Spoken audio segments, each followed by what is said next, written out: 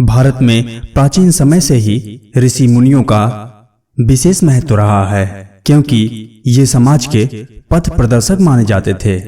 ऋषि मुनि अपने ज्ञान और तप के बल पर समाज कल्याण का कार्य करते थे और लोगों को समस्याओं से मुक्ति दिलाते थे।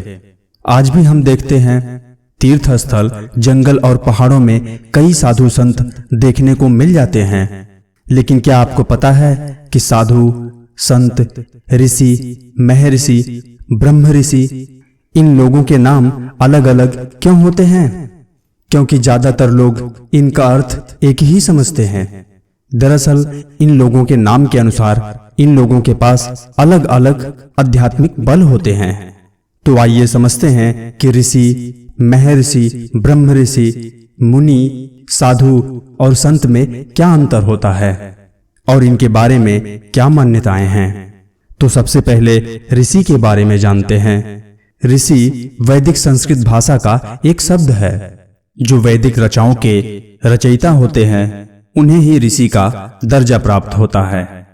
ऋषि को सैकड़ों सालों का तप या ध्यान के कारण सीखने और समझने के उच्च स्तर पर माना जाता है। वैदिक काल में सभी ऋषि गृहस्थ आश्रम से आते थे। ऋषि पर किसी तरह का क्रोध, लोभ, मोह, अहंकार और ईर्ष्या इन सभी पर कोई रोक टोक नहीं है।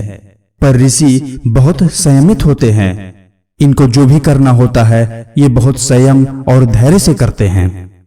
ऋषि अपने योग के माध्यम से परमात्मा को प्राप्त हो जाते थे और अपने सभी शिष्यों को भी आत्मज्ञान की प्राप्ति करवाते थे। ये भौतिक पदार्थ के साथ साथ उसके पीछे छिपी ऊर्जा को भी देखने में सक्षम होते थे। हमारे पुराणों में सप्तऋषि का उल्लेख मिलता है, जो इस प्रकार है: मरीचि, अत्रि, अंगिरह, पुलह, क्रतु, पुलत्स्य और वशिष्ठ हैं। तो अब जानते हैं महर्षि का स्वभाव और आत्मबल कैसा होता है। ज्ञान और तप की उच्चतम सीमा पर पहुंचने वाले ऋषि को महर्षि कहा जाता है। इनसे ऊपर केवल ब्रह्म ऋषि माने जाते हैं। हर सभी में 3 प्रकार के चक्षु या दृष्टि होते हैं, जिसमें पहला ज्ञान चक्षु, दूसरा दिव्य चक्षु और तीसरा परम चक्षु होता है। जिस व्यक्ति का ज्ञान चक्षु जागृत हो जाता है उसे हम ऋषि कहते हैं। जिस व्यक्ति का ज्ञान चक्षु और दिव्य चक्षु दोनों जागृत हो जाते हैं उसे हम महर्षि कहते हैं।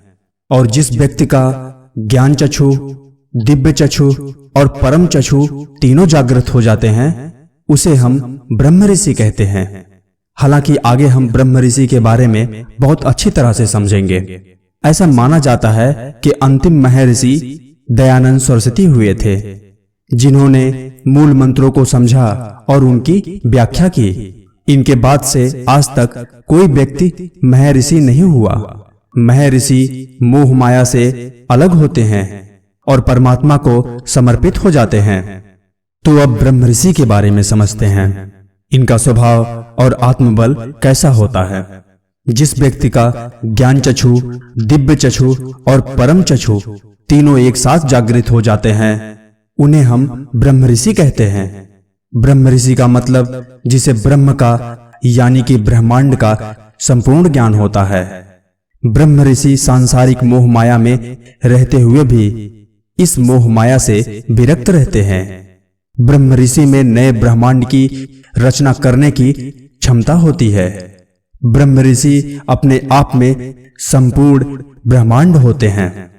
उदाहरण के लिए ब्रह्म ऋषि विश्वामित्र, जिन्होंने भगवान राम के पूर्वज त्रिशंकु के लिए नए स्वर्ग का निर्माण कर दिए थे। इसी कारण से इंद्र को अपने स्वर्ग लोक को लेकर चिंता होने लगी थी, क्योंकि उनका कहना था कि एक ब्रह्मांड में सिर्फ एक ही स्वर्ग लोक हो सकता है और उस स्वर्ग के राजा सिर्फ इंद्र होंगे। तो अपने अगले वीडियो में आप लोगों को बताएंगे कि साधु, संत और मुनि में क्या अंतर होता है और इनका स्वभाव कैसा होता है और इनके पास किस प्रकार के आध्यात्मिक बल होते हैं। तो आज इस कहानी को यहीं विराम देते हैं। मिलते हैं अगले वीडियो में ऐसे ही रोचक कहानी और विज्ञान को लेकर। तब तक के लिए जय हिंद, जय भारत।